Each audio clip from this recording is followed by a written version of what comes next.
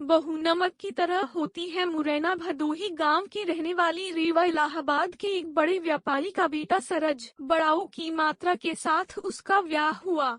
नए घर में बड़े ही आदर सम्मान के साथ रीवा ने गृह प्रवेश किया। शादी के 2-3 साल काफी मजे और खुशी के साथ निकल गए और जैसे जैसे दिन बीतता गया रीवा अपनी जिम्मेदारियों के बोझ तले दबती चली गई। रीवा की सास भी रीवा से काफी खुश थी कि रीवा बहू अपना घर और संसार सब कुछ अच्छी तरह से संभालने लगी है। गर्मी की छुट्टी पड़ गई। रीवा अपने मायके जाने की बात अपने सास से बोली। मम्मी 2 साल हो गए मैं मायके नहीं जा पाई, क्या मैं थोड़े दिन जाकर आऊं? सास ने जवाब दिया, देखो रीवा अगले साल चले जाना। रीवा यह सुनकर काफी नाराज और दुखी होकर सोचने लगी कि जब चंचल दीदी हर 3 महीने पर घर आती है तो मम्मी काफी खुश होती है और कहती कितने दिन के बाद आई हो और मुझे 2 साल हो गए, मेरे बारे में कोई कुछ सोचता ही नहीं है, मेरी खुशी किसी के लिए कोई मायने ही रखती है और क्या दिन भर इन लोगों को खाना बना के खिलाती रहूं, घर का सारा काम करती रहूं, क्या मेरी यही जिंदगी है? और रीवा कमरे में आंसू की धारा समेटे दाखिल हुई। शाम को चंचल दीदी आने वाली है, देखना मम्मी कितना खुश होती है। खाने के अलग फरमाइशों की लड़ी लगती रहेगी कि कभी चंचल दीदी के लिए समोसा बना दो, कभी पालक पनीर तो कभी बिरयानी। मैं इतना क्यों सोच रही हूँ, करना तो मुझे ही बनाना है, तो चलूं किचन में अभी से तैयारी में लग जाऊं। यह सोच ही रही थी कि तभी सास ने आवाज दी, रीवा जल्दी नीचे आओ, देखो चंचल आई है। रीवा अपने चेहरे पर मुस्कान लिए अपने दुख को अंदर एक कोने में दबाए अपनी ननद का स्वागत करती है। कैसी हो भाभी? चंचल रीवा से बोली। अच्छी हूँ दीदी, और घर में सब कैसे हैं? अच्छे हैं। अच्छा, हमारे जीजा जी कैसे हैं? चंचल शर्माते हुए कहती है, वह भी भाभी अच्छे हैं। अच्छा दीदी आप बैठो, मैं नाश्ता बनाकर लाती हूँ। नहीं नहीं भाभी, कुछ मत बनाओ, मैं अभी घर से नाश्ता करके आई हूँ और भाभी केवल 2-3 घंटे ही रहूंगी क्योंकि सास की तबीयत ठीक नहीं है। आपके जीजा जी उन्हें लखनऊ दिखाने गए हैं तो वो बोले तुम अकेली यहाँ क्या करोगी, एक काम करो तुम अपने मायके जाकर सबसे मिलकर चली आओ। सो मैं आ गई। मुस्कुराते हुए चंचल ने जवाब दिया, अच्छा दीदी रुको, मैं खाना बना देती हूँ, आप खा भी लीजिएगा और जीजाजी और आपके सास के लिए खाना भी बांध कर दे दूंगी।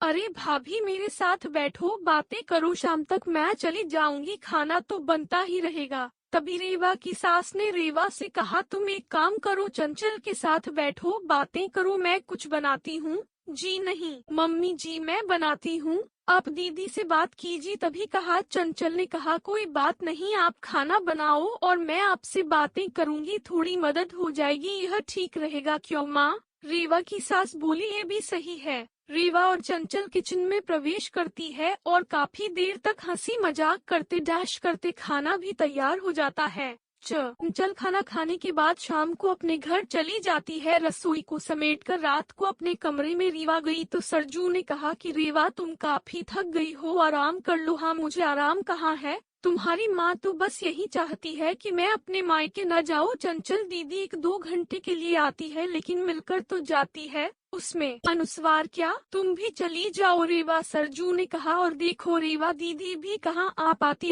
है, जब शरद जीजाजी अपनी माँ को लखनऊ डॉक्टर के पास दिखाने ले जाते हैं तभी मिलने आती है, तो इसका मतलब है मैं कभी नहीं जा सकती अपने मायके।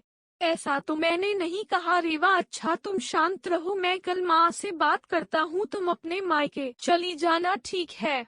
तुम तो रहने दो। गुस्सा करते हुए रीवा सो जाती है। सुबह उठकर रीवा अपने काम में रोज की तरह लग जाती है। दोपहर में शर्मा आंटी रीवा की सास से मिलने आती है और काफी देर तक बातें करती रहती है। तभी शर्मा आंटी रीवा की सास से पूछती है कि चंचल की माँ, ये बताओ कि बहू और बेटी में क्या फर्क समझती हो?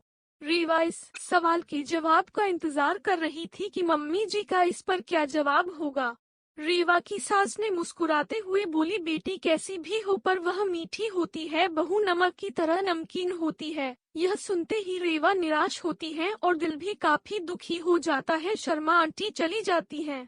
काफी देर तक रीवा यह सोचती है कि मैंने मम्मी के साथ क्या बुरा किया है, मम्मी मेरे बारे में ऐसा क्यों सोचती हैं, और वह अब घर में निराश रहने लगती है। निराश रीवा को देखकर एक दिन रीवा की सास ने पूछा है, रीवा यहाँ आओ, तुमसे कुछ किसी ने कहा है क्या, या सरजू ने कुछ बोला क्या? कुछ नहीं, मम्मी जी, रेवा की आवाज में दर्द था।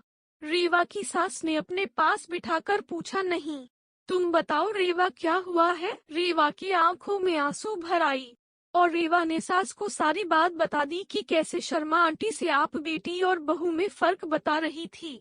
ओह, तो यह सुनकर तुम नाराज हो गई? बस इतनी सी बात? अरे रेवा, मैंने कहा बेटी मीठी होती है, वह चाहे कितनी भी गलती करे उसकी गलती नजर ही नहीं आती है, वह गुड़ की तरह मुंह में घुल जाती है। और खाने में अगर मीठा न हो तो कोई फर्क नहीं पड़ता है। और बहू नमक के सामान इसलिए है कि उनकी खाने में अगर नमक न हो तो खाना बेस्वाद होता है। खाने में नमक मिलने पर हम जो खाना खाते हैं उसी समय नमक के हम कर्जदार बन जाते हैं। ठीक उसी तरह तुम मेरे लिए वही नमक हो। मैं अपने स्वार्थ के लिए तुम्हें कहीं नहीं जाने देती हूँ, क्योंकि तुम्हारे न रहने पर घर सूना सा लगता है। इस घर को संभालती हो, इसीलिए हम तुम्हारे कर्जदार हैं। रेवा सारी बात समझ जाती है और अपनी सास के गले लिपट कर रोने लगती है। शाम को सरजू जब घर आता है तो अपनी माँ से कहता है कि माँ, रेवा अपने मायके जाना चाहती है एक दिन के लिए। रेवा तपाक के बोल उठी, नहीं नहीं माँ, मुझे नहीं जाना है, मैं चली गई तो खाना में कोई स्वाद नहीं रहेगा। सरजू को कुछ समझ नहीं आया कि कल रात मायके जाने के लिए मुझसे कह रही थी। अचानक से इसे क्या हो गया? सरजू सोचने लगा कि इन औरतों को समझना मर्दों के बस के परे है। रेवा की सास रेवा के सिर पर हाथ फेर कर रही थी और सरजू एक टक लगाकर रेवा और पनीमा को देखता।